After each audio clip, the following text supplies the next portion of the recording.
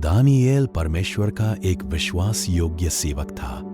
वह बाबुल के राज्य में रहता था और राजा के दरबार में ऊंचे पद पर कार्य करता था। दानियेल न केवल बुद्धिमान था बल्कि ईमानदार, सच्चाई से भरा हुआ और परमेश्वर से प्रेम करने वाला व्यक्ति था। इसी कारण राजा दार्यावेश उसे बहुत मानता था और उस पर पूरा भरोसा करता था। दानियेल की सबसे बड़ी पहचान उसका परमेश्वर पर अडिग विश्वास था।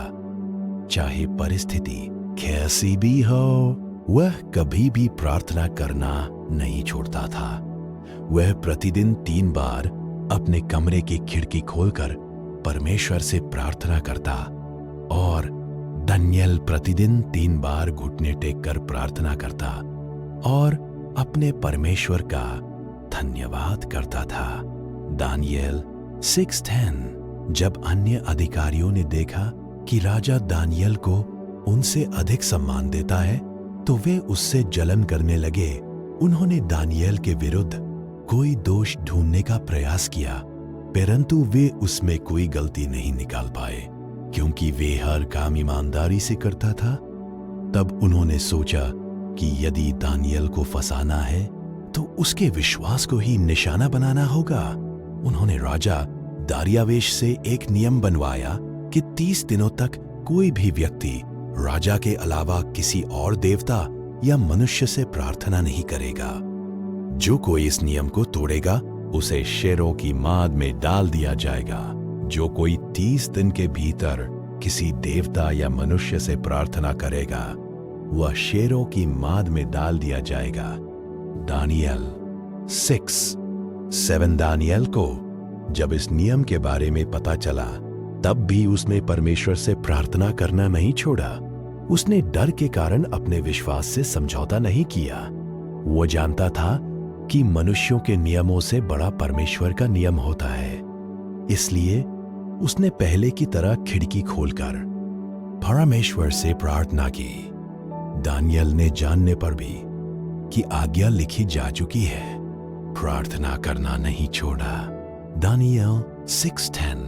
अन्य अधिकारियों ने दानियेल को प्रार्थना करते हुए देख लिया और तुरंत राजा के पास जाकर उसकी शिकायत की।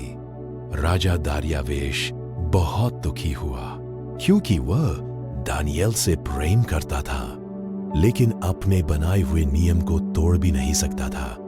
मजबूर होकर राजा ने दानियेल को शेरों की मान में डालने की आज्ञा दे दी। राजा ने दानियेल से कहा, तेरा परमेश्वर जिसकी तू निरंतर सेवा करता है तुझे बचाए। दानियेल 6:16। दानियेल को शेरों की मांद में डाल दिया गया, परंतु उस रात कोई भी शेर उसे नुकसान नहीं पहुंचा सका। परमेश्वर ने अपना दूत भेजा और शेरों के मुंह बंद कर दिए। दानियेल पूरी तरह सुरक्षित रहा क्योंकि परमेश्वर उसके साथ था। मेरे परमेश्वर ने अपना दूत भेजा और शेरों के मुंह बंद कर दिए। दानियेल 6:22। सुबह होते ही राजा शेरों की मांद के पास आया और दानियेल को जीवित देखकर बहुत प्रसन्न हुआ। दानियेल को बाहर निकाल लिया गया और राजा ने पूरे राज्य में यह घोषणा कर दी कि दानियेल का परमेश्वर ही सच्चा और जीवित परमेश्वर है। जो अपने विश्वासियों की रक्षा करता है वही जीवित परमेश्वर है और उसका राज्य कभी नाश नहीं होगा। दानियेल 6:26। ये कहानी हमें सिखाती है कि जो व्यक्ति सच्चे मन से परमेश्वर पर विश्वास करता है परमेश्वर उसे कभी नहीं छोड़ता, चाहे परिस्थिति कितनी ही कठिन क्यों ना हो।